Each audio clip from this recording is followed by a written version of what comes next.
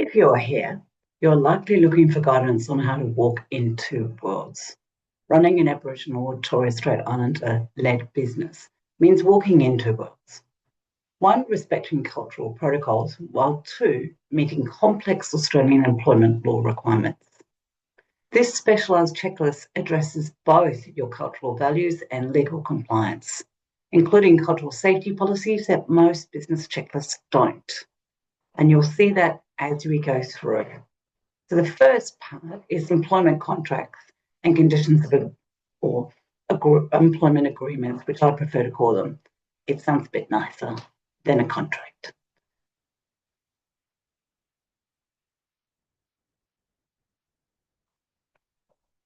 You've got to have ones that actually respect cultural context while meeting legal requirements.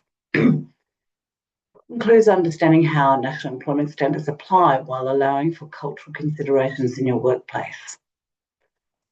Item number 2 is cultural safety policies, as well as other policies and procedures. Here's what makes this checklist special. Cultural safety policies on cultural leave provisions. This covers how to create respectful workplaces for all cultures, supporting for sorry business, and how employees can apply for cultural leave. These policies demonstrate your business values while protecting you legally. And point 3, down in the checklist, is about work health and safety and risk management. Work health and safety requirements that acknowledge cultural approaches to well-being alongside legal compliance. This includes psychosocial hazards with cultural sensitivity and risk management that respects traditional approaches. Then we go further down into items. So we go all the way through the third section, which is work health and safety, including psychosocial hazards, as well as risk management, identity, assessment, control, and management.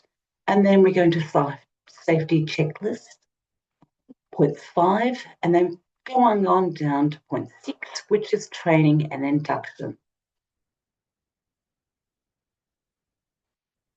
Whether you're working on country, in community, or on commercial sites, these safety checklists and toolbox talks can be adapted for cultural context while meeting legal requirements. Then point 9, we go down further. As you can see, point 8 is covering first aid, and point 9, which is the big doozy, is the Fair Work Information Statement. It's an $18,000 plus penalty that applies to all Australian businesses, including Aboriginal and Torres Strait Islander-led enterprises. The checklist includes links to current forms and explains how to meet these requirements. The Fair Work Information Statement, known as FWIS for short, must be provided to every employee, including casuals. There is also a Casual Employee Information Statement, CEIS, which must be provided as well as the FWIS, Fair Work Information Statement, for these employees. It's a must to provide these, and if you don't, the penalties are $18,000 plus per occasion, which means depending on how many employees you've got, that could be quite a lot of money. As I said, it's a must. You've got to provide it, and it's amazing how many people don't know that. There's also, of course, the fixed term contract information statement. Some not-for-profit organisations do tend to have fixed term contracts. And these, as you will see, have the links provided. So you have that available to you to give to your employees, so you have the most up-to-date version available. No matter what changes they make, if there's a link, you'll have that then link to the most current and up-to-date. And then the last point is about pay slips, and there's details about what you must include and why it's mandatory to have them. It's a very important item which people often overlook. Make sure that your pay slips and whatever accounting system bookkeeping system you use has got the right information available for the Australian situation. And what you just saw is, oh, sorry, good point.